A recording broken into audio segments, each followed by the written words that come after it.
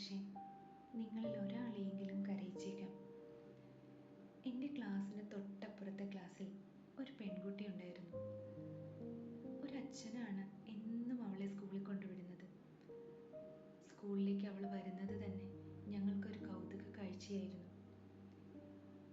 6ാം ക്ലാസ്സിൽ പഠിക്കുന്ന ഒരു പെൺകുട്ടി അച്ഛൻ കൊണ്ട് സ്കൂളിലേക്ക് വിടുമ്പോൾ അച്ഛനെ തിരിഞ്ഞ് തിരിഞ്ഞ് നോക്കിയാണ് അവൾ ക്ലാസ്സിലേക്ക് നടന്നു കയറുന്നത്. ആ കുട്ടി ക്ലാസ്സിൽ കയറുന്നത് വരെ ആ അച്ഛനും അവളെ തന്നെ നോക്കി കൈ വീശി കാണിച്ചു കൊണ്ടേയിരിക്കും. 6ാം ക്ലാസ്സിൽ പഠിക്കുന്ന ഒരു കുട്ടിക്ക് സ്കൂളിൽ വരാൻ ഇത്രയൊക്കെ ആഡംബരം വേണോ എന്നുള്ളതായിരുന്നു ഞങ്ങളുടെ ചോദ്യം. അവള് ഞങ്ങൾക്കൊരു പരിഹാസപാത്രമായിരുന്നു എന്നുള്ളത് പ്രത്യേകം പറയേണ്ട കാര്യമില്ലല്ലോ. ഇവളെന്താ നഴ്സറി കുട്ടിയാണോ എന്നായിരുന്നു അവളെ കാണുന്ന പലരും ഈ കാഴ്ച കണ്ടതിന് ശേഷം ചോദിച്ചിരുന്നത്. മറുപടി ഉണ്ടാവാറില്ല, ഒരു നല്ല ചിരി മാത്രം. ആ ചിരി കാണുമ്പോൾ ഞങ്ങളെ കളിയാക്കി ചിരിക്കുന്നത് പോലെയാണ് ഞങ്ങൾക്ക് തോന്നാറുള്ളത്. പക്ഷെ അവൾക്കൊരു കൂട്ടോ മറ്റാരോടെങ്കിലും സംസാരിക്കുന്നതോ ഒന്നും ഞങ്ങൾ കണ്ടിട്ടില്ല. ഏതോ വലിയ വീട്ടിലെ കുട്ടിയാവും, അതാണ് സാധാരണക്കാരായ ഞങ്ങളോടൊന്നും സംസാരിക്കാത്തത് എന്നാരൊക്കെയോ പറഞ്ഞു ഞാൻ കേട്ടു. ഞാനും അത് തന്നെ വിശ്വസിച്ചു. അല്ലെങ്കിൽ പിന്നെ ഒരേ സ്കൂളിൽ പഠിക്കുന്ന നമുക്കിടയിൽ ഇത്തരം അകൽച്ചയുടെ ആവശ്യമില്ലല്ലോ.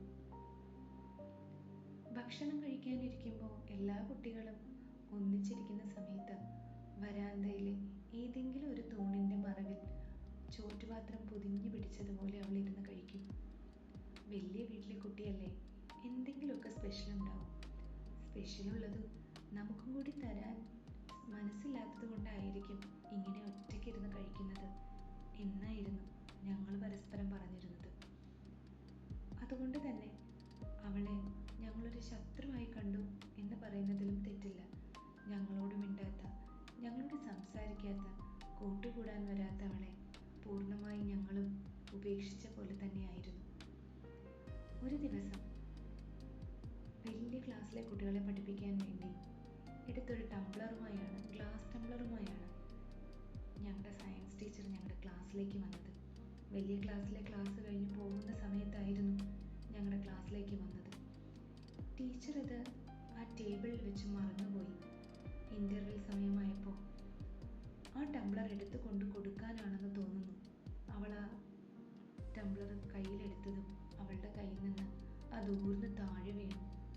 ചെറിയൊരു ശബ്ദത്തോടെ അത് പൊട്ടിച്ചിതറി.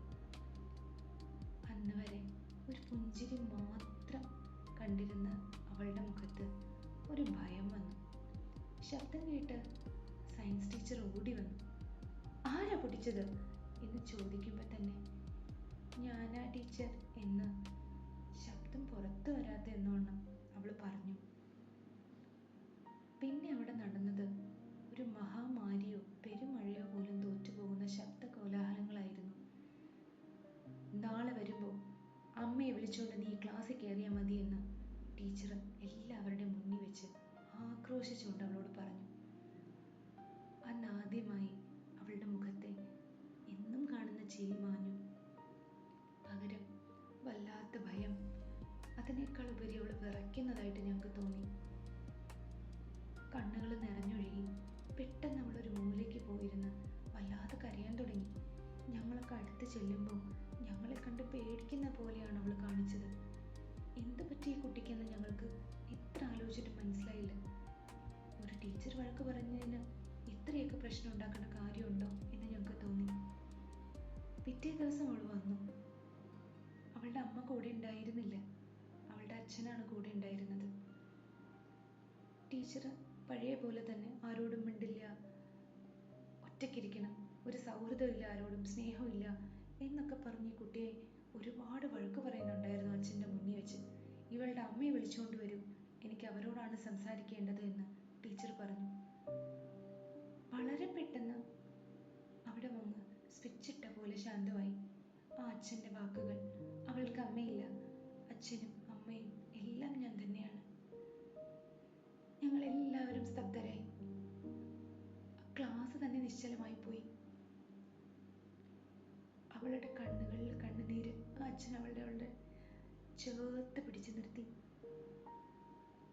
ഇന്നും ആ ടീച്ചറിന്റെ മുഖവും അവളുടെ മുഖവും, അതിലേറെ നിറഞ്ഞൊഴുകുന്ന കണ്ണുകളുമായി നിൽക്കുന്ന ആ അച്ഛൻ്റെ നിസ്സഹായാവസ്ഥയും ഓർക്കുമ്പോൾ ഞാൻ ആലോചിക്കും, ഒന്നുമില്ലെങ്കിലും